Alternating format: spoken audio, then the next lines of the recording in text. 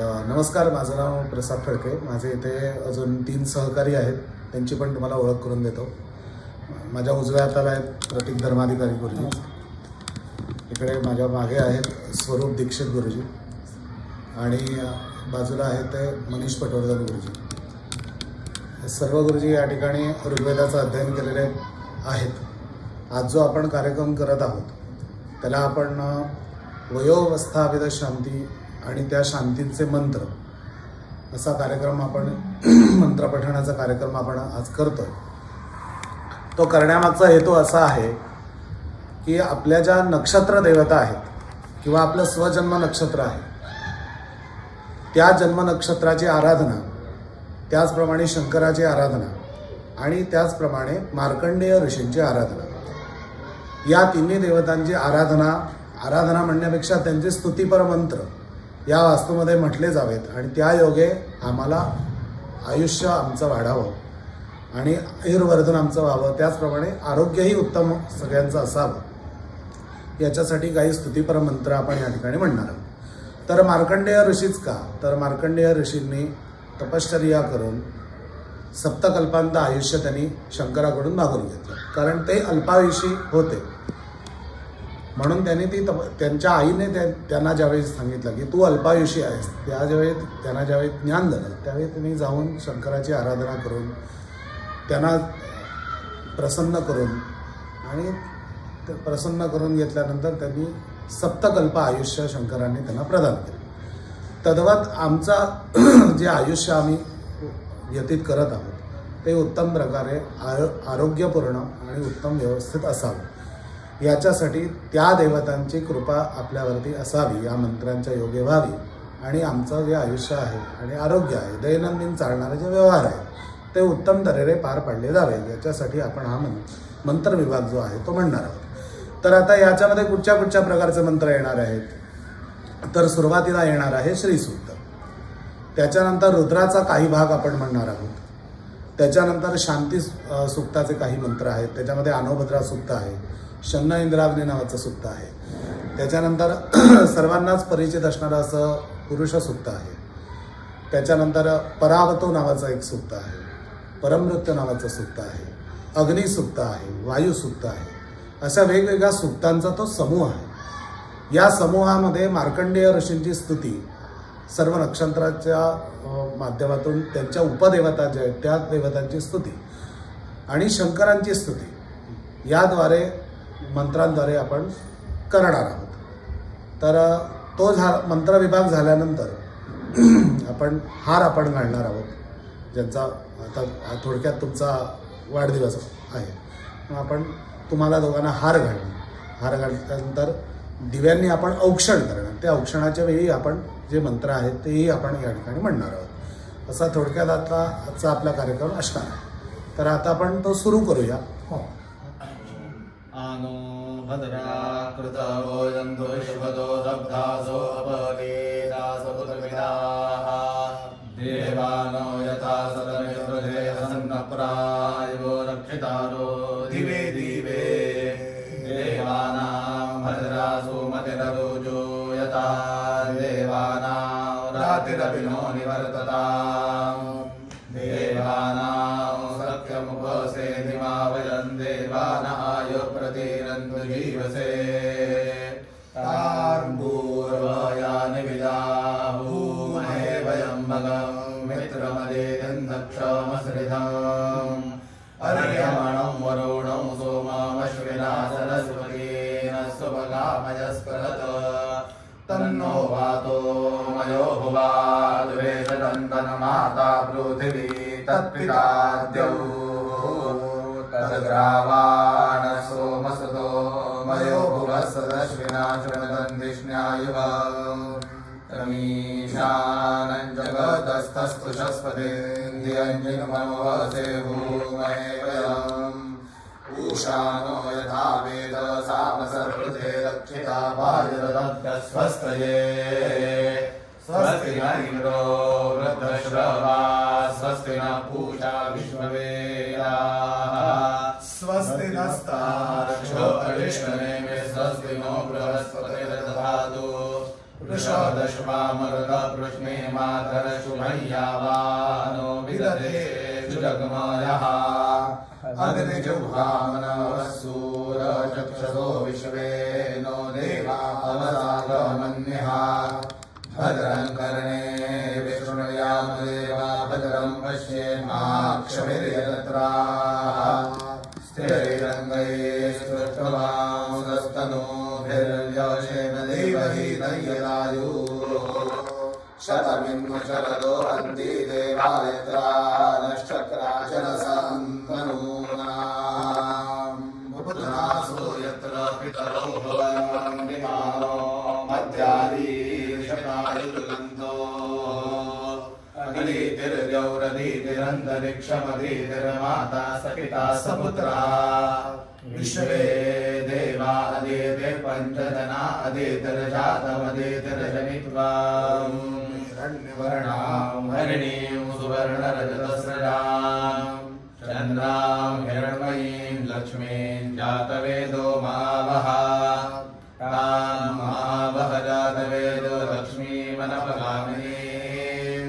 यस्यां हिरण्यं विन्देरङ्गामश्वं पुरुषानः अश्वपूर्वां रथमद्यां हस्तिनादप्रबोधिनीं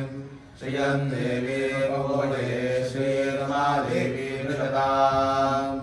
कांसोऽस्मितां हिरण्यप्राकारामार्द्रां ज्वलन्ते तृप्तां तर्पयन्तीं पद्मे स्थितां पद्मवर्णान्नामिहो बहुवजे श्रियं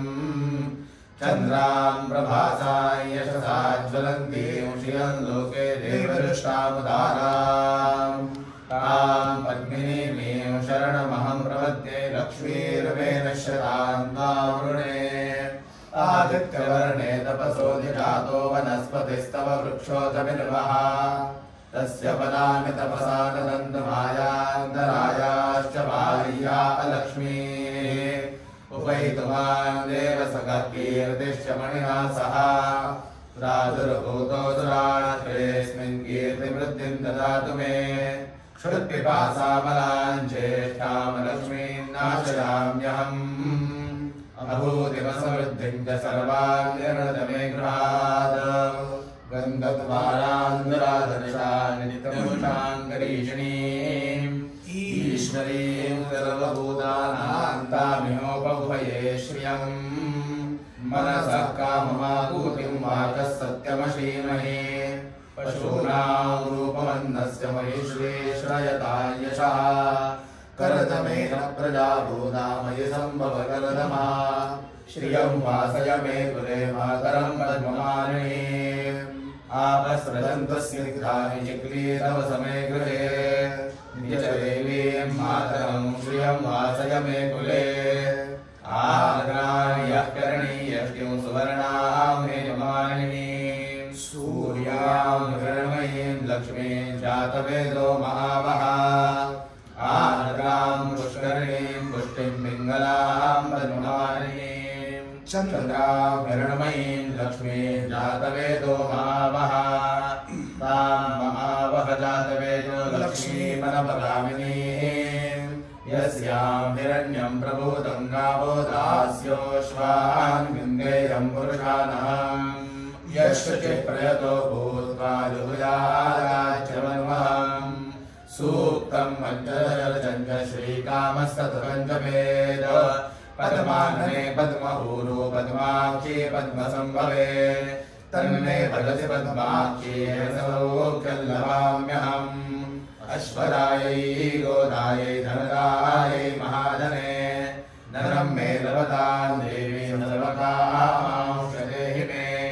पद्मानने पद्मविपद्मपत्रे पद्मप्रिये पद्मदलायताक्षी विश्वप्रिये विश्वमनोनुकूले तत्पादपद्मं मयि सन्निधत्स्व पुत्रपौत्रं धनं धान्यं हस्तश्वानिर्वेदम् प्रजानां भवसि माता आयुष्मन्तं करोतु मे धनमग्निर्धनं वायुर्धनं सूर्योर्धनं वसुः धनमिन्द्रो बृहस्पतिर्वर्णं धनमस्तु मे वैनतेय सोमं विवदुत्रः सोमन्दनस्य सोमिनो मह्यं ददातु सोमिनः न क्रोधो न च मा भोलाशिवामतिः भवन्ति कृतमन्यानां भक्तानां श्रीसूक्तं जपेत् सरसिजदिवये सरोजहस्ते धवलधरां सुकृतन्दमाल्यशोभे भगवति हरिवल्लभे मनोज्ञे त्रिभुवनभूतिकरि प्रसीद मह्यम् विष्णुपत्नीं क्षमां देवीं माधवीं माधवप्रियां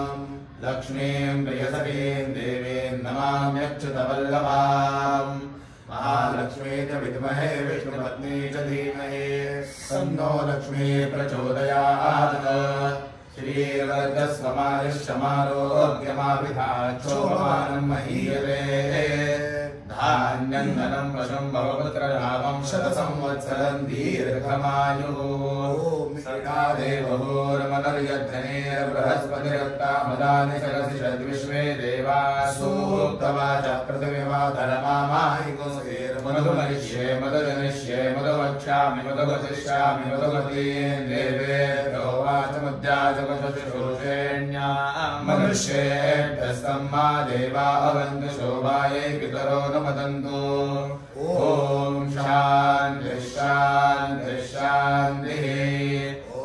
नमः सोमाय च रुद्राय च नमः साम्राय चारणाय च नमः शङ्गाय च पशुपतये च नमः उग्राय च भीमाय च नमो अग्ने वधाय च दूरे वधाय च नमो हन्त्रे च हनीयसे च नमो वृक्षेभ्यो हरिकेशेभ्यो नमस्ताराय नमः शम्भवे च मयोपवे च नमः शङ्कराय च मयस्कराय च नमः शिवाय च शिवतराय च नमः तीर्थाय च कूल्याय च नमः पार्याय च भार्याय च नमः प्रतरणाय चोत्तरणाय च नमः आचार्याय च लाद्याय च नमः षष्ठाय च पेन्याय च नमः सिगत्याय च प्रवाह्याय च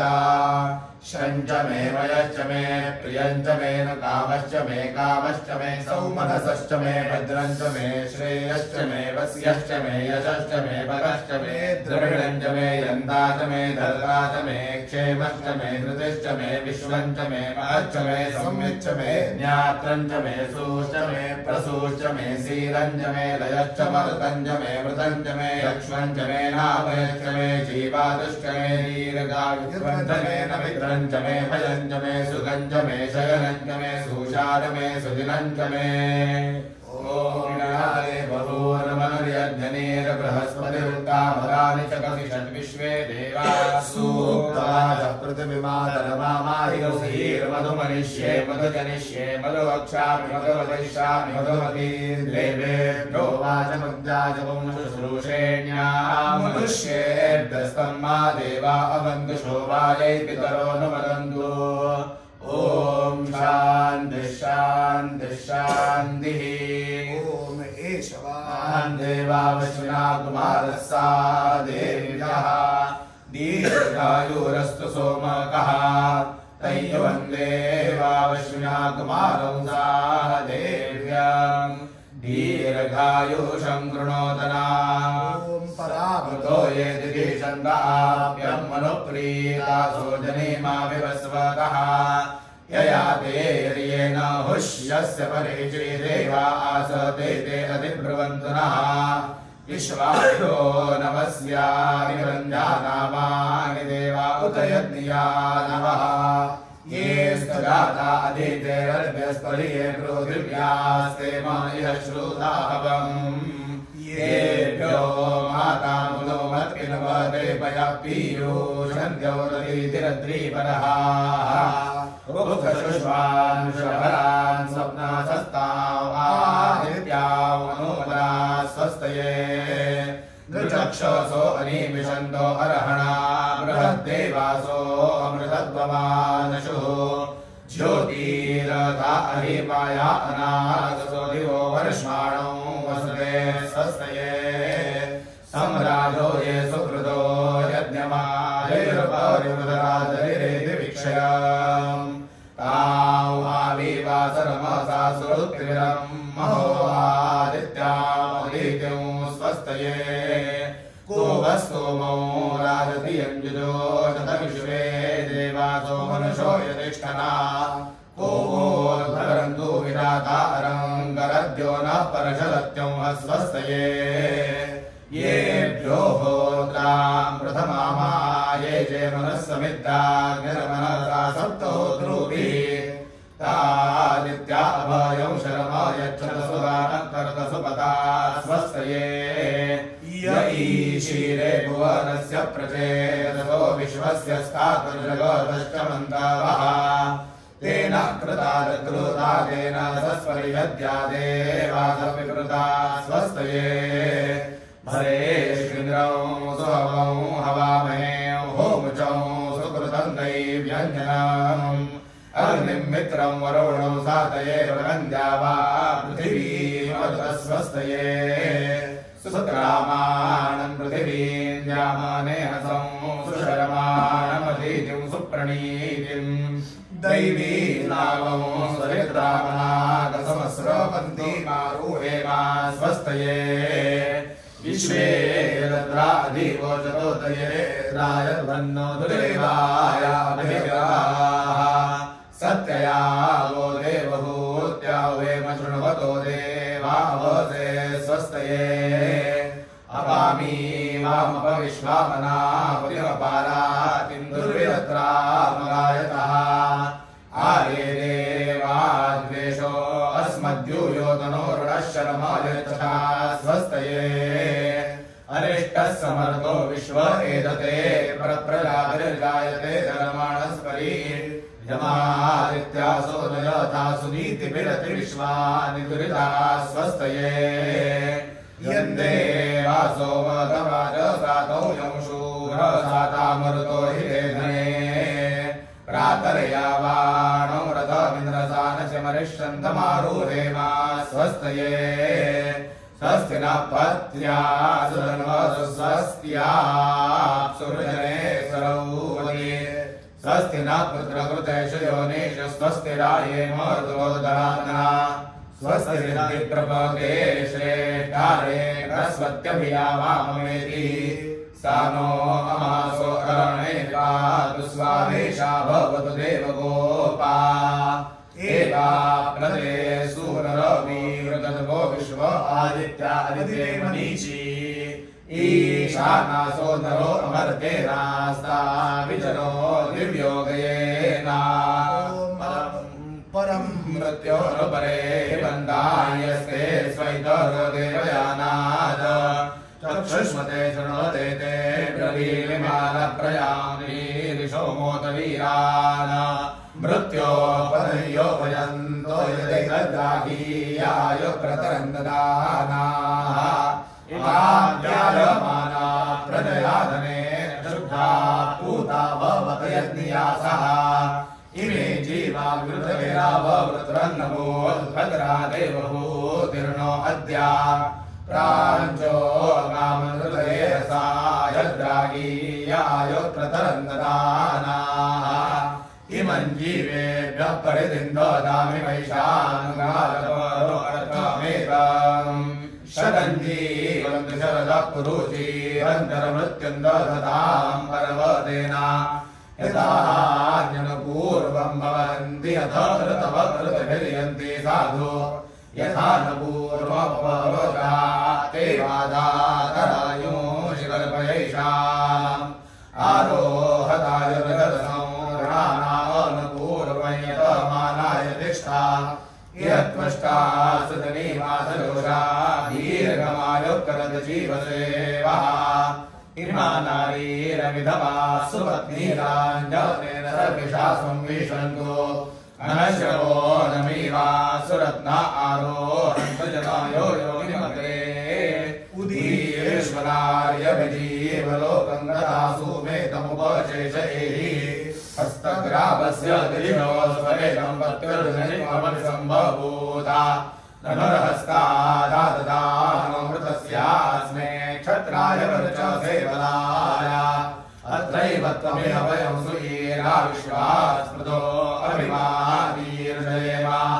उपसरपमातरं भूमिमेतामूरुभ्यजं पृथिवीं सुषयाम् ऊर्णं मदायव जलदक्षिणावरेषा त्वा पातु निररोधेरुपस्तात् उच्छ्वञ्जस्वतिथिमानिवाधतासु वायनास्मै भवसु भवन्तना माता पुत्र यथा शिजातेन भूमपूर्णे उच्छ्वञ्जमाना पृथिवी सुतिष्ठतु सहस्रं मितौ परिश्रयन्ताम् ते ग्रासो मृतश्रुतो भवन्तु विश्वास्मै शरणाः सन्वत्रा उत्ते स्तब्धान् पृथिवी त्वत्परिमल्लोकन्निदधन्मो महावीशम् एतां सूणां पितरो राजतु यमस्साधनाते विनोतु प्रतीचीने मामहनीश्वा पर्णविवादतु प्रतीचीर्नरभावाचमश्मौ रशनया यथा सहस्र शीर्षा पुरुषसहस्राक्षसहस्रपाद स भूम्यो विश्वतो ऋत्वाद्यकृष्णदशाङ्गुलम् पुरुष एवेयं सर्वं यद्भूतं यच्च भव्यम् उताम्रो सर्वस्येषारो यदन्नेनातिरोहति एतावानस्य महिमातोज्जायां च पुरुषः पादोऽस्य विश्वा भूतानि त्रिपादस्यामृतं दिवि त्रिपादूर्ध्वगै पुरुषः पादोऽस्येहा भवत्पुनः ततो विश्वङ्गक्रामत्साचनानचने अभि तस्माद्विराजो अधिपुरुषः स जातो अत्यवरिच्यनपश्चात् भूमिमतो पुरः यत्पुरुषेण हविषा देवा यज्ञवतन्वता वसन्तो अस्याधिराज्यं ग्रीष्म इदमशरद्भिः तयज्ञं बर्हिषिप्रोक्षन् पुरुषं जातमग्रतः तेन देवा अयजन्त साध्यार्षयश्चये तस्माद्यज्ञात् सर्वतः सम्भृतं षड्राज्यं पशूनां चक्रे वायव्यानारण्यान् ग्राम्याश्चये तस्माद्यज्ञात् सर्वभूतरुचः सामानि चक्रे छन्दांसि चक्रे तस्माद्यजुस्तस्मादजायता तस्मादश्वा अजायन्त एकेशो भयादतः गावो अजग्रे तस्माच्चाता जावयाः यत्पुरुषं यदुःखतिधां यत्कल्पयन् मुखं किमस्य कौ बाहू गावुरुबाधा उच्यते ब्राह्मणोऽस्य मुखमासीत् बाहुराजन्यकृतः पूर्वोदकस्य वैश्य पदव्यां शूद्रो राजा चन्द्रमा मनसो राजचक्षुः सूर्यो अजायता मुखादिन्द्रश्चाग्निश्चक्राणाद्वायुरजायता नाभ्यासीदन्तरिक्षं शीर्ष्णोद्यौ समवर्तता पदव्यां भूमिर्दिशश्रोत्रात् तथा लोकान् अकल्पयन् सप्तास्यासन्मरिदयस्त्रिसप्तसमितः कृताः देवा यद्यज्ञन्तन् वानाबध्नन् पुरुषं पशुम् यज्ञेन यज्ञमायन्त देवास्तानि धर्माणि प्रथमान्यासन् ते हनाकं महिमानसजन्त यत्र पूर्वे साध्याः सन्ति देवाः ॐ इति वा इति मे मनोगामश्वो नयामिति कुवित् सोमस्यापामिति प्रभाता इव दोदतमनुमा पीता अयं सदा कुवित् सोमस्यापामिति उन्मा पीता अयं सततमश्वाः कुवित् सोमस्यापामिति उपमामतिरस्थितवाश्रापुत्रमिव प्रियम् कुवित् सोमस्यापामिति अहन्तस्ते प्रवन्दरं पर्यचामिरकामतिम् कुवित् सोमस्यापामिति न हि मे अक्षिपच्चनाक्षान् पञ्चपृष्ठयाः कुवित् सोमस्यापामिति न हि मे रोदसी उभे अन्नं भक्षन् जनप्रति कुवित् सोमस्यापामिति अविद्यां महिमा भूमभीमां पृथिवीं महीं कुवित् सोमस्यापामिति हन्तां पृथिवीमिमान् विरोधानि हवे हवा कुवित् सोमस्यापामिति ओषमित्रोतिरीमाञ्जङ्गनानि हवे हवा कुवित्सोमस्यापामिति दिवि मे अन्यपक्षो अन्यमोचीरुषम् कुवित्सोमस्यापामिति अहमस्मि महामो विनम्यमुदीशिता कुवित्सोमस्यापामिति गृहोयाम् निरङ्कृतो देवेभ्यो हव्यवाहनः कुवित्सोमस्यापामिति पुरोहितं यज्ञस्य देवमृत्विजम् भूतारतदातमम्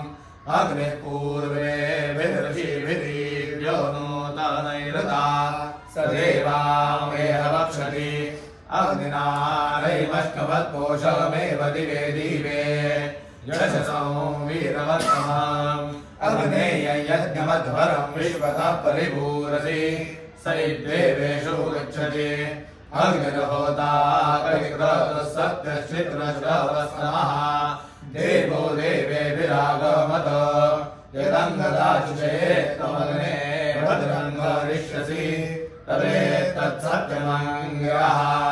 उपत्वाग्ने दिवे दिवे रोषावस्तरधिया वयम् नमो वरन्दये महति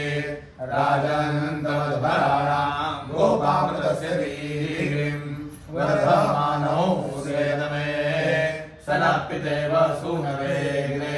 सुपायनो भवा सजस्वानस्वस्तये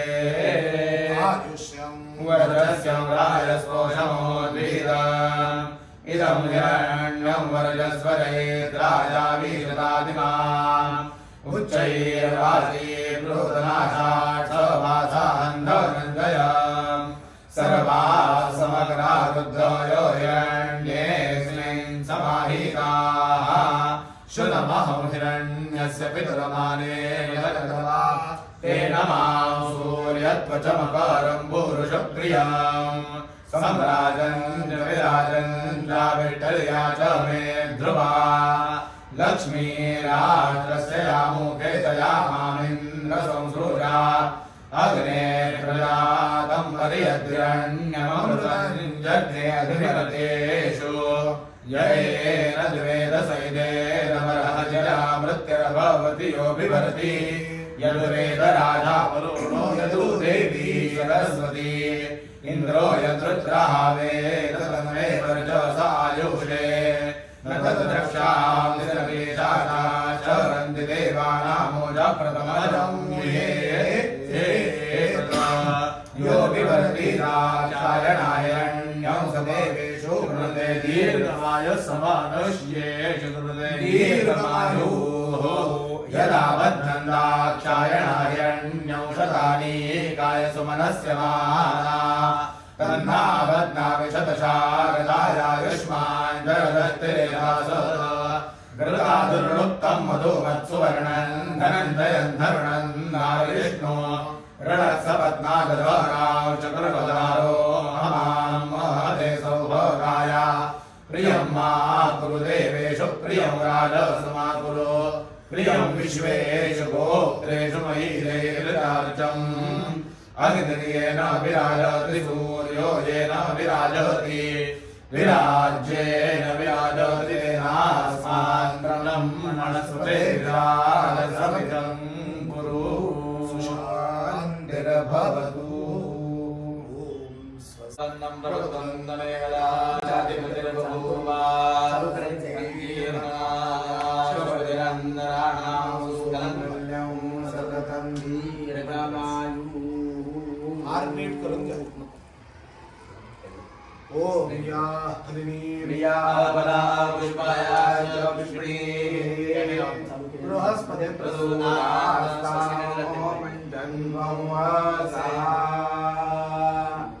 आता पेढा बनवायचा आहे दोघांना शेवटी औषध पेढा बरोबर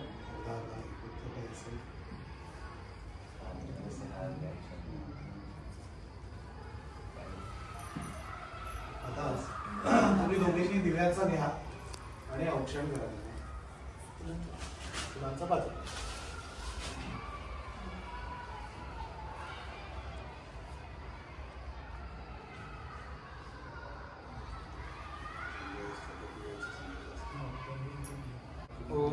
श्रिया निरियाय श्रियं वयो चरिद्रुभ्यो यदाति श्रियं वसानामृतप्रभाय भवन्ति सत्या स्वामितामितद्रौ श्रियैवैनं दक्षयामाददाति सन्दतमुजागरुद्धं सन्दते सदीयते प्रलया पशुधनिय एवं वेदा ॐ यस्मिन् ब्रह्माक्षरयत् सर्वमेतत् अमञ्जलोकमिदमूच सर्वम् तन्नो नक्षत्रमभिनिर्विचित्या निरन्दधात्वहरणीयमानम् अहे बुद्धियमन्त्रम् मे गोपाय यमृणयस्त्रे विदावितुः रजस्सामार्यजोगोषि ताहि श्रीमन्दा सदाम्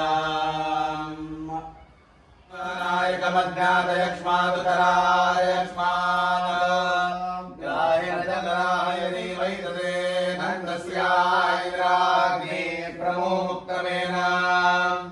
दीक्षिताय यदि वा परेतो यदि अप्रत्योषान्त्रिगन्धीरेव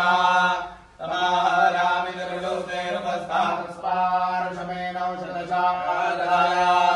तस्राक्षेण शतशालेन शतायुषा हविषाः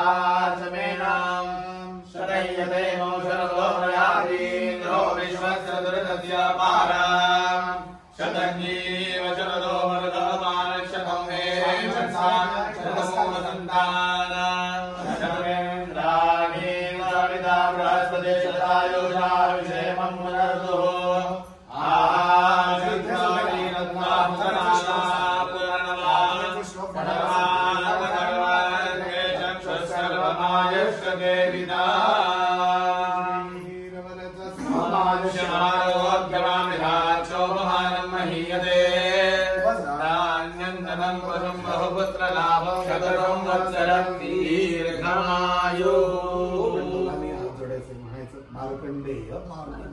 महाभाग सप्तकल्पांत जीवन आयुरारोग्यम ऐश्वर्यम देहि मे मुनिपुंगः द्रौणे मे त्वं महाभाग रुद्रतेजः समुद्भव आयुर्बलम यशो देहि अश्वत्थानं नमोस्तुते दैत्येन्द्र कुलसंभूत यज्ञदान क्रियारत बले त्वां शरणं यामि दीर्घायुष्यं प्रयच्छ मे वसिष्ठकुल संभूत वेदशास्त्र विशारद नारायणांश संभूत वेदव्यास नमोस्तुते अंजनी गर्भ संभूत कपीन्द्र सचिवोत्तम रामप्रिय नमस्तुभ्यं हनुमन रक्ष मां सदा विभीषण नमस्तुभ्यं रामपादाब्ज पूजक आयुरारोग्यम ऐश्वर्यम देहि पौलस्त्य नंदनम द्विजेन्द्र भरताचार्य सर्वविद्या विशारद शरणं त्वां प्रपन्नोऽस्मि कृपमां रक्ष सर्वदा रेणुकेय महाभाग कार्तवीर्य कृतांतक आयुः प्रयच्छ मे राम जामदग्न्य